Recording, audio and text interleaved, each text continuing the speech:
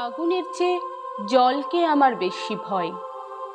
শান্ত মানুষ ফুঁসে উঠলে যেমন হয়, অথচ চিরকাল পুরুষ ভেবে নিল নারী শান্ত জলের মতো।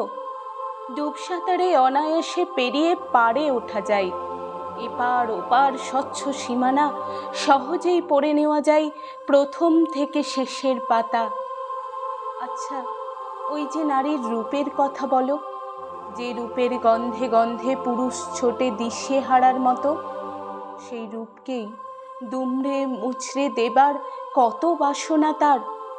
না না, সবটা এমন নয়, যত্নও জানে। কত পুরুষ যত্ন করে তুলে রাখে শখের নারীর স্মৃতি। তবু এখনো মেয়েরাই ধর্ষিতা হয়, বুকের কাপড় সরলে নারী বেশ্যা হয়। খোলা হাটে যে পুরুষ কাপড় ধরে টান দেয় তাকে সমাজ মহান বলে না ঠিকই, তবে ইজ্জত কিন্তু যায় ওই নগ্ন নারীর। এ কেমন সমাজ, ভিতরে ভিতরে যার ভিত এত টলমলে। পুত্র সন্তানের আশা করতে করতে এখনো ভারতের জনসংখ্যার পরিসংখ্যান ভুলে যান অর্ধেক ভারতবাসী। কন্যা হলে ভাবনা হয়, বাইরে যেতে ভয় হয়, চিন্তার পাহাড় জমে। তবু এখনো আসমুদ্র ভারতবাসী আমরা নাকি স্বাধীন।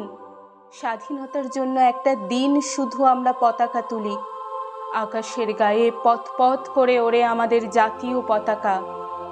ভারত আমাদের মাতা, সেই মায়ের কপালে লাল টিপ, হাতে তেরোঙা, চোখে আগুন পাখির ডানা।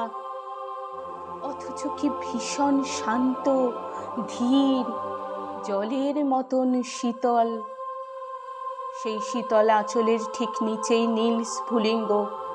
তাতে টান দিও না পুরুষ, মনে রেখো আগুনের চেয়েও জল আরো ভয়ঙ্কর, আরো ভয়ানক।